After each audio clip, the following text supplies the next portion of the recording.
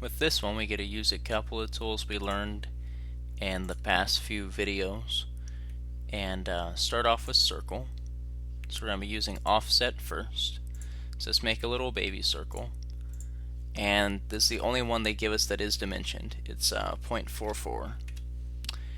Then we're going to use our offset tool. I know there's a little circle inside of it. I know there's a bigger one outside of it and a little ring outside of that. The space between these two circles is going to be 0.05. Between these two circles is also 0.05.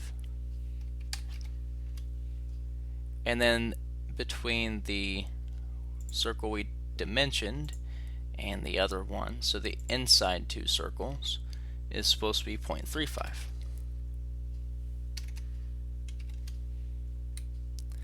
Finish your sketch, extrude. We're going to select just the little rings, and it's supposed to be 0.57. And I don't think that took. If this ever happens to you, just double click on the feature and change it. Okay, now let me get to the right spot on my instructions here. Looks like we're going to be taking just the inside of this and extruding it 0.05 in either direction. So make a new sketch on here. I'm going to project the geometry of this inside circle and finish, and then click extrude. Select just this part in between the two. Change this to 0.05, and instead of it just going one direction, it's going to be halfway in between the sketching plane. So it's going on both sides. And we are not quite done. We're also going to make a new sketch.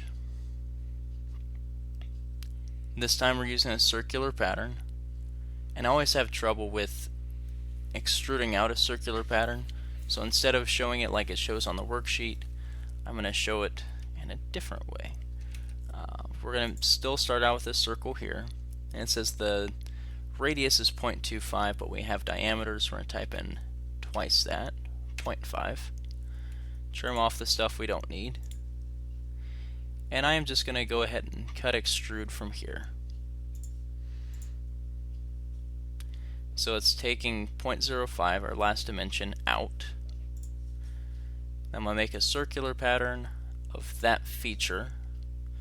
I'm going to use as my rotation axis anything cylindrical. And I believe there's just 5 of those. So I'm going to change the 6 to a 5 and hit OK. Make sure you save this. You will need it for the next lesson.